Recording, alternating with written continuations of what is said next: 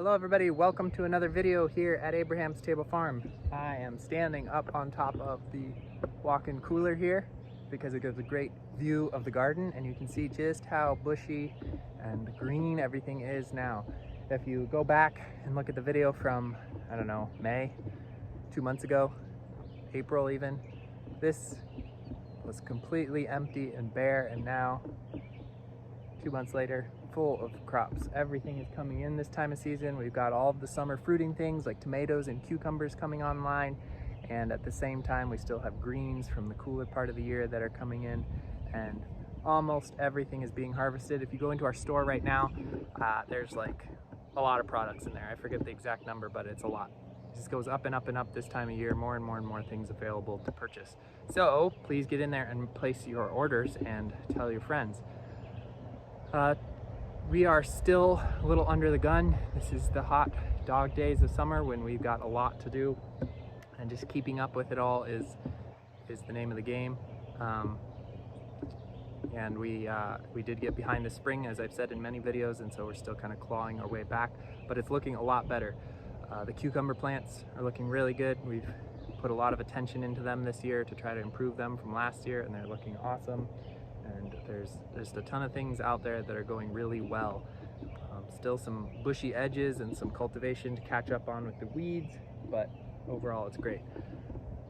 Down there you can see Josh Grossi. He's a friend of ours, and he's up here the next 2 weeks helping out and living with us here, doing the farm thing, and we're really thankful for his help. He's helping catalyze that catch up that we were talking about. We've got our last batch of broiler chicks in the brooder. So again, as we hit peak summer, we're also starting to hit the last of things. We're doing our last plantings, we're doing our last batch of chicks, all of those beginning stage things, starting of plants, starting of chicks. Those are kind of getting to the end of the start period, moving into just maintenance and just finishing now, as we hit this midpoint in the season, a little bit past the summer solstice and into July. We had some heat stress in the last couple of weeks. We had some really hot days, and those did put some stress on some of the plants, but overall, when the soil gets really healthy and becomes loose and porous and can hold a lot of water and stuff, a lot of that stress can be minimized because the plants have access to the water. They can evaporate off and cool themselves. They have the nutritional reserves in order to endure stressful conditions, and so while some of the crops were affected by the heat stress, overall things are still looking good through that summertime heat. As you can see over here, we're still opening beds. Just past the washstand here, you can see these open beds. We're still flipping things over, ripping out crops and getting ready for some planting, but like I said, that will be ending pretty soon. So I'll walk around and give you some close-up of some of the crops. Some of the things that are coming in that we're excited about are the summer vegetables. Like I said, cucumbers, a few tomatoes are coming in, basil. Some of those real summery crops are hitting the washstand now, and we're excited for that. But that's it. Let's go walk around and see things a little bit. One summer crop that's coming in is the dill heads. We usually let our first or second planting of dill go all the way to flowering and setting up its seed heads, because people like to use those in their pickles. And so the first crop of dill going into a seed head usually coincides with the pickling cucumbers, and people like that. So that's something that we will only do a little bit of during that pickling season for cucumbers. Garlic is here. We've talked about garlic before. Most of the scapes are all gone now, and pretty soon we'll be harvesting these. We're probably going to do it in a week or two, late July. We'll be pulling these up, trimming the tops and the bottoms, curing them so that they store really well.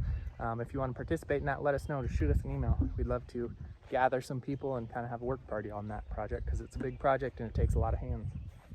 Greens are doing really well. Chard here is huge. Putting in some of the fall brassicas, cabbages and stuff, those take a bit of time to grow up, so putting them in summer means they'll be ready in the fall. Some of the earlier cabbage here is huge, filling up this whole bed and trying to start to form its heads loosely now. We've got golden beets coming in.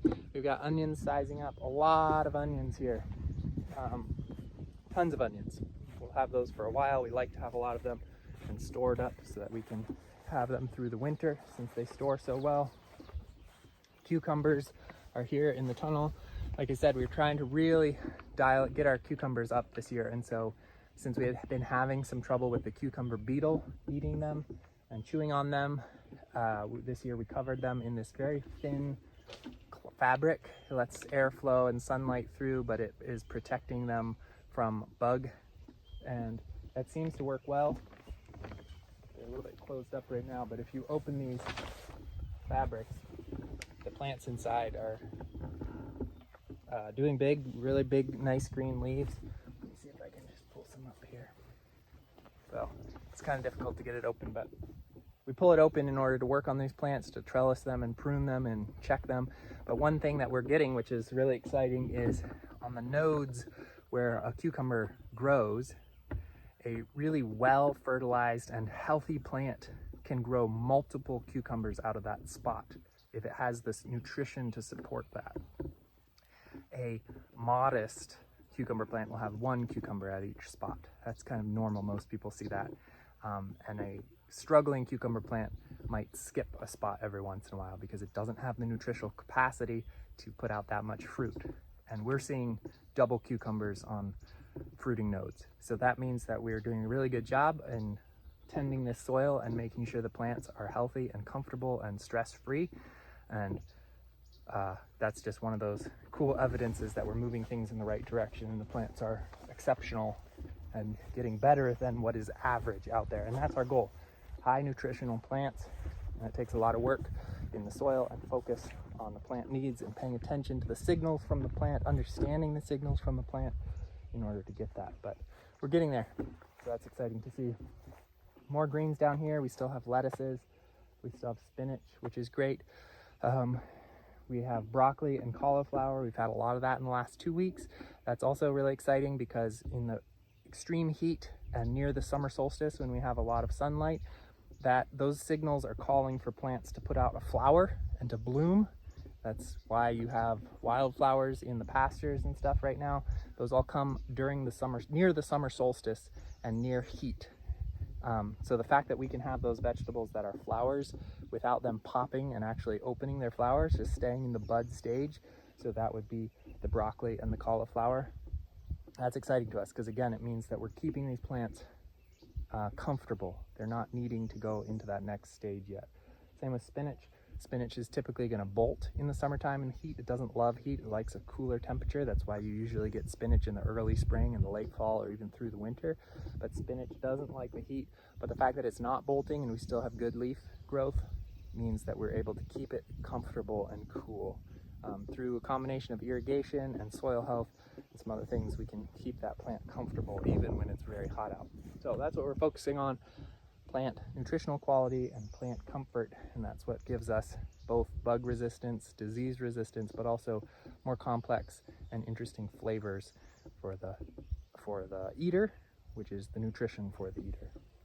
Gordon's out there planting more beets, looks like, and so again, we're putting in plants now, but that's only a little bit more. If we look at the greenhouse, you'll see that there's not a lot of transplants still to go in the ground. We'll only be planting for a week or two more into August, and then really all the planting is done, and it's just what's out here to slowly be harvested off till the end of the season. Zucchinis and summer squash are up there, really big and bushy, big healthy plants. That's exciting. There's more small ones over there to come in after that. But things are looking good here in the garden, more or less. We've still got some bushy corners and some weeds to take care of, but overall, the plants are doing pretty good and healthy generally. I hope you're enjoying the food. Please place those orders. Let's go see the brooder and the new baby chicks and see what's going on the animal side of the farm. Here I am in the brooder. We've got our medium-sized birds that are about to go out onto pasture, and we've got our baby chicks in here. You can see them all. Very comfortable, warm and fluffy. They just came yesterday, and so these guys are brand new. It's amazing how small they are when they first come and how big they get, how quickly they get big. But yeah, in that middle point of the season where we've got fresh birds back from the butcher, we've got birds on pasture, we've got teenage birds in the second brooder, we've got chicks in the brooder, a little bit of everything. The whole scope of bird life is here. I should also mention that we got chicken feet and chicken livers back from the butcher last time. If you're interested in making stock or using those products, we have them. I forgot to update the inventory on the online store, but one of our customers recognized that we should have those now that the chicks are back from the butcher and mentioned it to me, and I've updated those numbers. So if you're interested in feet or livers, go ahead and place your orders now. It should be updated now. And that's another one of those small details that happens in the office, managing inventory, fulfilling orders and delivery logistics that our former worker Jed used to take care of, and now we're working to work that into our own schedules here on the farm. And we've dropped the ball on a few things. If you've had messed up orders or slow replies from emails, or if you've noticed inventory mistakes on the website, those are all my problems and my failure. But we're working out the kinks and we're slowly getting it back into a rhythm as we go. In the last 2 weeks, I've really been able to fix some of those things and get my head wrapped around all of the details that are happening in the office. So hopefully moving forward, we'll have less of those mistakes. But here we are, mid-season, full swing. Everything from baby chicks to new inventory to seeds getting started to harvesting of summer crops. It's all there. So we're kind of running ragged and tired around here, but we're on the downhill, so that's a good thing. This weekend, Megan and I are actually going to step away and have some time to think and process what's happened, but this is the time of year when we do think about our limits a lot and feel a little stretched past our limit. And we just got to hold on through this busy, dynamic part of the season and keep tending to all these creatures that are around us. That's it for today, though. I'm going to cut the video short. I've got a lot to do before Megan and I head out to get our little break. And let me know if you have any questions, and hopefully I'll see you at the drop site next week. Thanks for watching. Bye.